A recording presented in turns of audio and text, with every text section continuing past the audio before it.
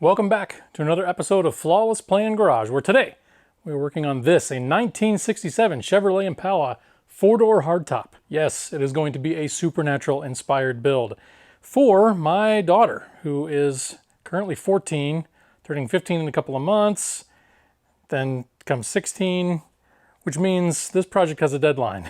Which reminds me of today's sponsor. Today's video is sponsored by Generic Engine Swaps.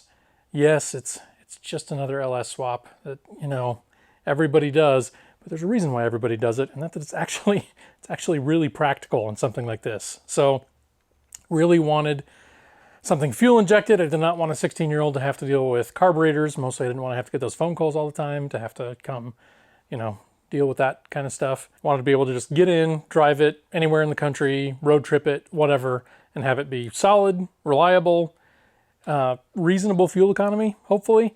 So we have a bone stock 5.3 Gen 3 with a 4L60E, just dirt simple, but fuel injected, 4-speed trans, reliable, reasonable fuel economy. Yes, more power than a 327 would have had, or a 283 certainly, but not such a crazy amount of power that it's going to be, undrivable. I swear I'm not putting a cam on it, not modifying it, no turbos, none of that, not on this one. Almost definitely. Yeah, no, we're definitely not doing it. From time to time, I will probably say things like give, but I also want you to understand my daughter's helping me with this build. It's a big part of why I've shoveled other projects to the side to make sure that we can get this done together, because she wanted to work on it, and I figured you get one chance to do something like this with your daughter. But this is, she's going to pay for it too. So my labor is free, but the parts are not, and the car is not. And neither of us have any idea how she's going to pay for it yet, but we're keeping track. It's going on a spreadsheet. She's going to have skin in the game. This is not a gift, because I think it's important for that car to have cost you something, both in terms of sweat equity and in terms of monetary value, or in her case, at 16 years old, crippling debt and financial ruin. But what else is she going to spend money on? College? Come on. Yeah. Let's get to work.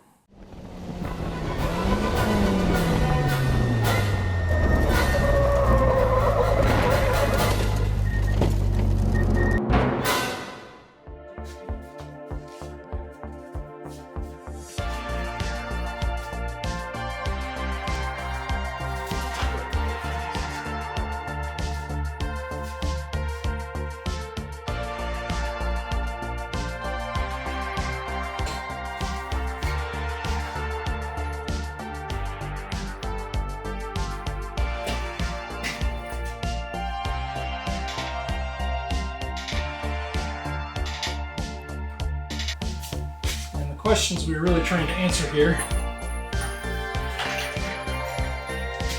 are: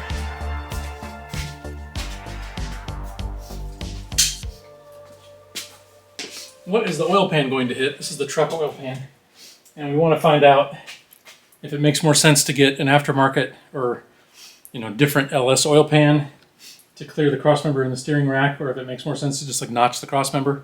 I want to get eyeballs on that. Also, I want to know if I can make these truck manifolds work, or if I need aftermarket exhaust manifolds. You can see I have a little bit of extra pipe on here, making it even a little bit worse. Probably should have taken those off, but I'll be regretting that 5 minutes from now. And that is 5 minutes from now, guy's problem. Oh. Current guy's problem is that the hoist will not fit around the wheel.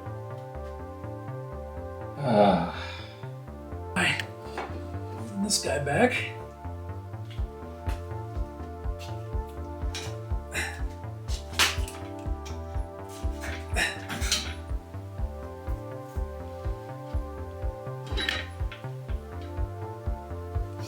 Okay, we hit some things, missed some other things. Let's see if we can at least drop this pin in its hole.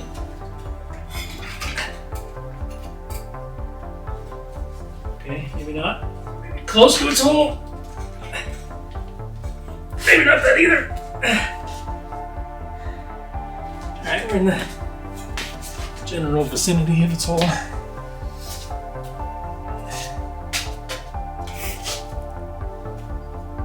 couple of feet above our engine mounts. And we're sitting on the steering box over here with the exhaust manifold, which would suggest that, of course, the exhaust manifolds are not going to fit, but let's just see what happens. Well, it doesn't work very well to drop it in sideways. Establishing that pretty conclusively. It's so cattywampus to the one side that it doesn't want to sit down. Thankfully, we have a de-cattywampusifier. Sometimes is a extra cattywampusifier.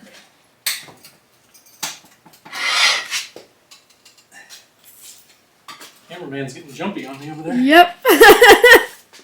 Just like you think this 1,000-pound hunk of cast iron is about to wipe out and kill us all. Could be one of the most rational responses you could have to the situation. I still can't tell if this is going to be an actual problem. You can see that the steering box is definitely, hitting the exhaust manifold pretty solid. But, our engine mount is down here and needs to come, quite a ways over here. So this whole thing needs to kind of come, back and up, which means the exhaust manifold might, in its final resting place, it might actually clear. Hard to say for sure. I'm struggling to get this thing into its proper orientation so that I can actually try to drop it down straight. And of course, I hooked it up just with the chain and not with the load leveler, so I can't really move it now, which is not helping matters. Well, I got it in a hole, the wrong hole, to the one on the side instead of the one in the middle. I don't know about you, but I assume that if there's only one bolt, it's probably supposed to go in the middle hole. Whatever, that's a 10 minutes from now guy problem. With the trans sitting in that trans mount, so I have no idea what trans mount that is. It's clearly aftermarket. I believe that the trans that was in this car was a 700R4, but it was attached to a small block Chevy. So I'd hoped that maybe this trans mount would just happen to land me in the right spot for a 4L60E with an LS motor on it. Doesn't really look like it. Looks like maybe it's off by a fair bit. You can kind of tell over here.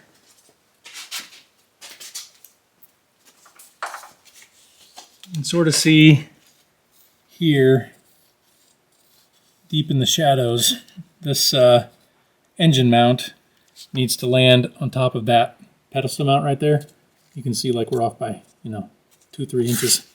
Some of that's going to be made up with geometry as it comes down, but some of it I think probably won't be. Yeah, we are not close. Not close at all. So our trans mount is way off of where we would like it to be. Just a very unrealistic trans mount setup, but okay, that's getting closer. Now we're actually back too far, slightly. Okay, so I have got to take... I'm not even sure that it wouldn't fit if it was completely in situ, because it's close. But because of my angles, I think I have got to take my power steering pump off, or I'm going to break my reservoir and that little positive battery cable terminal thing that's on the side of the mount, because it's hitting the front suspension. And I want to reuse that power steering setup, so I don't want to destroy it right now. Sorry.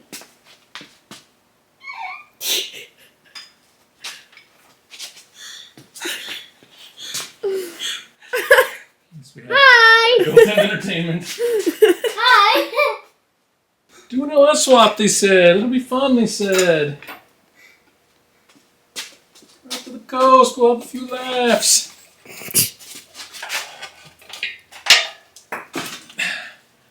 Why? Why you no stand up? This whole operation is going the wrong way. We're moving backwards when we need to move forwards. We're tipping over when we should be standing up. This is about right.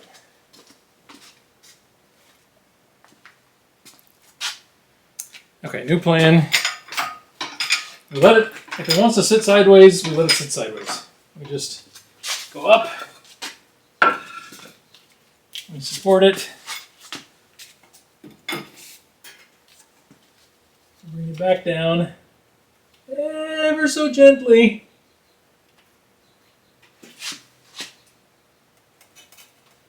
Take the weight off. Oh, oh, oh, oh! What's that suction cup sound? It can't be good. Only 7 things breaking. 7 things? Ah. It did want to stand up, it wanted all the weight taken off first. Ha! Oh. Okay, pulled a spark plug wire out. There's my suction cup sound. Phew! Alright, strip it.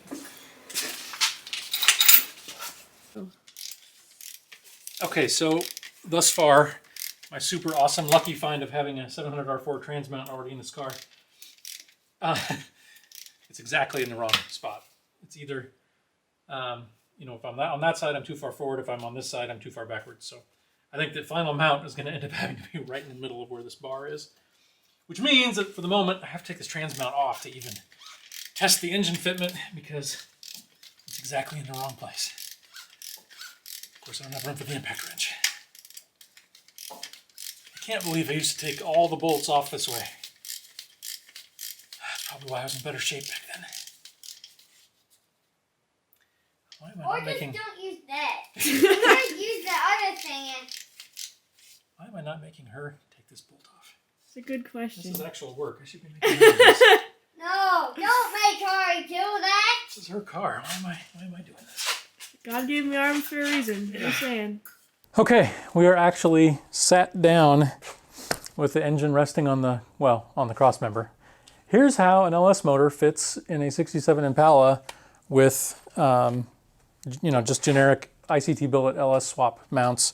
And I didn't really explicitly state this before. These are stock 67 Chevy engine mounts attached to the ICT billet mounts. Then you can see like my pedestal mounts. It's actually, these are not even bolted in. And it's pulling away from here.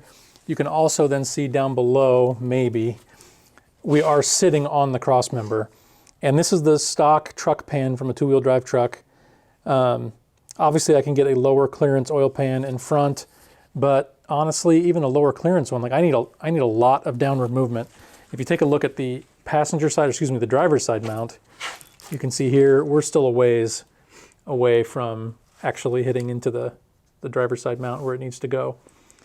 So we need quite a bit of clearance, and I don't know that even an aftermarket pan is going to give me what I need clearance-wise here in the front. So right now, my current thinking is to go ahead and just notch the Crossmember. It's not that hard. We can cut it, plate it, keep it nice and strong. The steering, I'm pretty encouraged by. I need to actually run it all the way through its range of motion. You can see my steering shaft here is pretty well clear of the oil pan. I'll double check that, but I think actually that's going to clear just fine. Then, as we talked about, the trans mount, not going to work at all. I'm going to have to totally redo that. It's in completely the wrong spot, at least for these engine mounts. I haven't checked body clearance, but I'm pretty optimistic about that. Exhaust manifold. Definitely we will need aftermarket exhaust manifolds of some kind. It hits pretty hard on the steering box with the stock truck manifold. So if I try to get it in even close here, you can kind of get a shot down here. You can see there we got hard contact with that bolt. There's no way I could even just shave it slightly. I need 3/4 of an inch or more of clearance made down there. So this, keeping the truck manifolds is out. And I don't know, either some Hugger cast manifolds or maybe some swap headers, something. We'll figure that out. But as far as our test fit goes, it looks like we are gonna chop the Crossmember a bit and have to remake our trans mount and then go from there.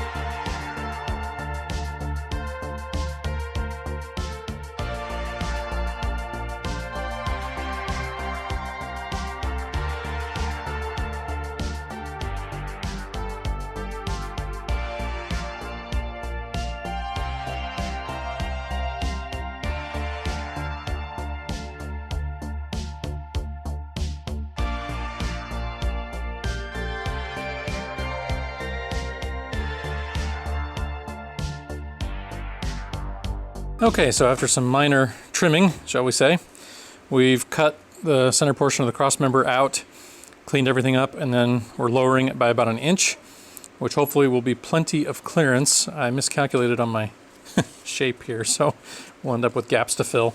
But we've just tacked it back into place so that we can now re-test fit the engine and see if everything fits. So now for the third time, we're gonna try to wrestle this thing back in and see how it goes.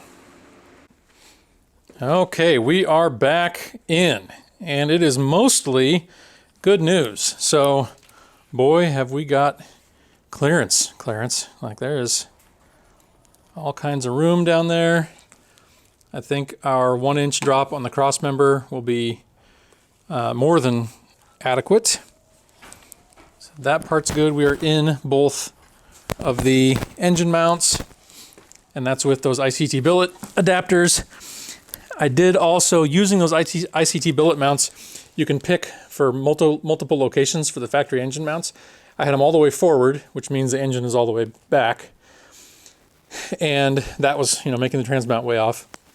I went 1 notch back on the mount, pushing the engine forward about 1/2 inch, something like that. And I haven't actually put bolts in the trans mount yet, but I think that we will land okay in the slot for this crossmember. So I don't think we'll need to change anything for the trans mount. I think we're in fantastic shape for the front part of the oil pan and other clearance stuff for the engine. I think the steering is probably fine. I haven't run it through its range of motion yet, but I think you can kind of see back in there. I think it's probably going to be fine. The idler is missing a bolt, so it actually, you can see, maybe you can see it. Yeah, there we go. That's closer to its actual location. And you can see there's a decent amount of clearance there between the steering shaft and the oil pan. So mostly it's fantastic news, except for, Ari, would you grab the box there, the Flowtech box, so we can show these? So I grabbed a beautiful set of cast iron LS swap headers, and it still fouls on the steering box. And you can see I'm not even flat mounted down here. In theory, I could maybe try to shave the top cap of the box, but that's not going to be enough, I don't think. So just flip your phone over while you're watching this. These Flowtech Performance pieces from Speedway, gorgeous cast manifolds and really nice quality. No complaints about them, except if you're doing a B-body 67 B-body Impala LS swap, I don't think these work. So hopefully we'll get these taken back and on to the next step. But overall, this is a big win. The engine is in. We're calling this a victory for now. I just can't say enough good things about being in the same town with Speedway Motors, because I was, they had those beautiful cast manifolds in stock. I grabbed those yesterday. Didn't fit, so I went back to the customer counter. They took them back no problem and said, hey, you got your eyes on some other ones you want to try?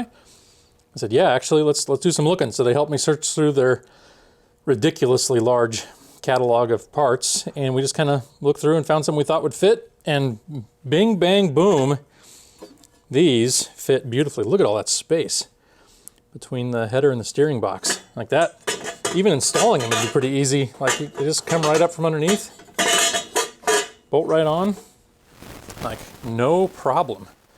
Excited about that. These are, okay, there's the part number. Proudly made in China.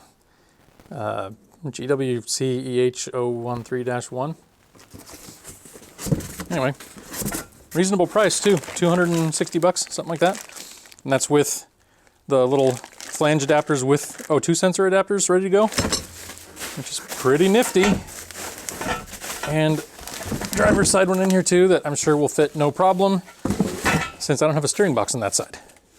Very nice. All right, we're calling that a win. It fits, you know, enough for now. Thank you for watching.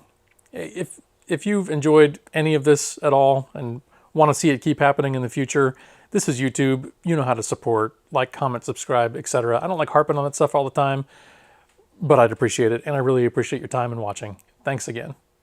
We'll see you next time.